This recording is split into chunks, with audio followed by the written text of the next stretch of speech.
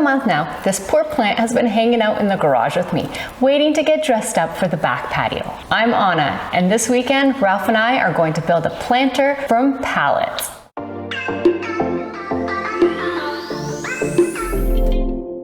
This is the wood I'm using. Yep, it's just a scrap heap. The pallets are from a manufacturing facility nearby that has this huge sign that says, "Free pallets." Those 2x2s I picked out of the garbage pile when I stopped by to visit the new house my brother's building right now. So the first step was to square those off. The ends were cut at a 45 and some even still had nails. But I did get them for free out of a trash pile, so beggars can't be choosy. While Ralph was cutting away, I sanded the pieces with 80 grit sandpaper. We're using pallet wood, so I wanted to keep it still looking rustic. And in this case, rustic is less work. These are all the pieces you'll need for the frame. 4 smaller pieces that are 10 inches and 4 slightly larger 12-inch pieces.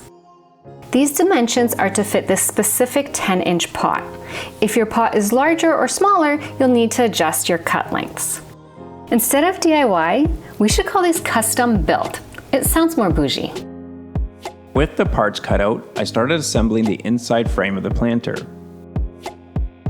I applied glue to both ends of the horizontal 2x2 and then used a clamp to help keep the pieces together. I'm using the longer 2x2 pieces as the vertical supports of the frame. These pieces will also double as the legs for the planter. Next, I drilled a pilot hole and placed a screw into it. I like to drill pilot holes as this decreases the chances of the wood cracking whenever placing screws. With both ends screwed, I moved on to assembling another H-shaped part of the frame. I used the same steps. I applied glue to both ends, clamped, pre-drilled my holes, and placed a screw on either end.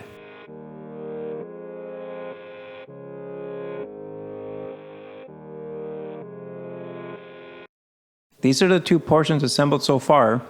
You can see a horizontal line that I placed on the bottom portion of the legs. This is the height Anna wanted for the legs, and it also helped aligning the horizontal pieces.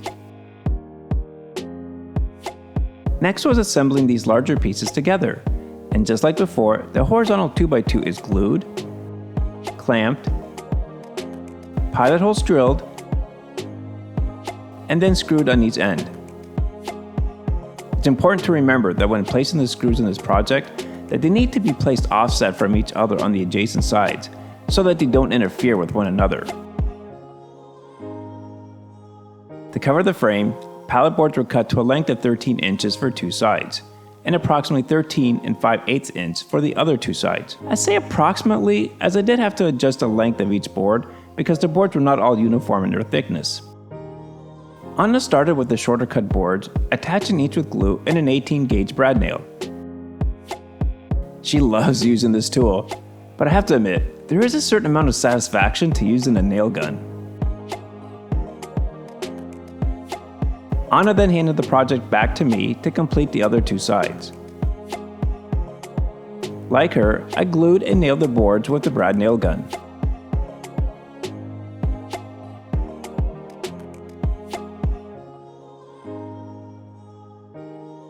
And this is what the planter box looks like at this stage. The top still needs some trim to give it a more finished look, and a bottom base needs to be placed on the inside to support a pot. I know we're going for a rustic look here, but there are way too many nail holes, even for something rustic. So, wood filler to the rescue.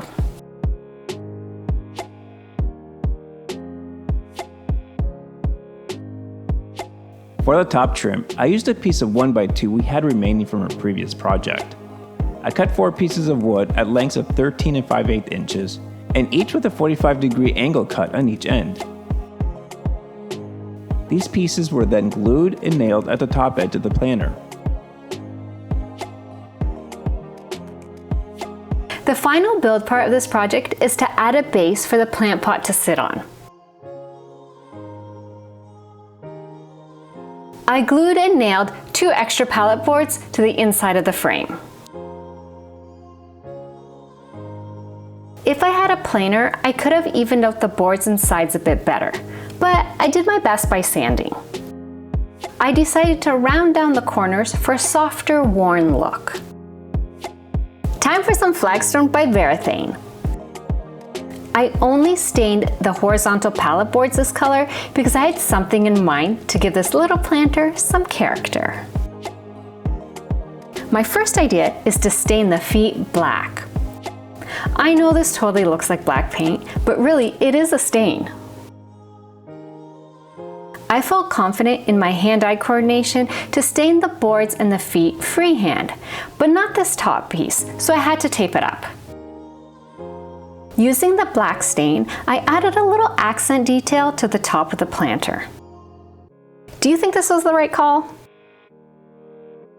This is the finished look. Even though it'll be under a covered patio, I still sealed it with 2 clear coats. My little plant can finally move out of the garage and onto the patio. Even though this was built really from scraps and wood that was being thrown out, it takes a simple plastic pot from boring and uninspired to a stylish accent piece. It now fills in this corner with some personality. And that's it, a pallet planter in a weekend. And I even had time to weed the garden still.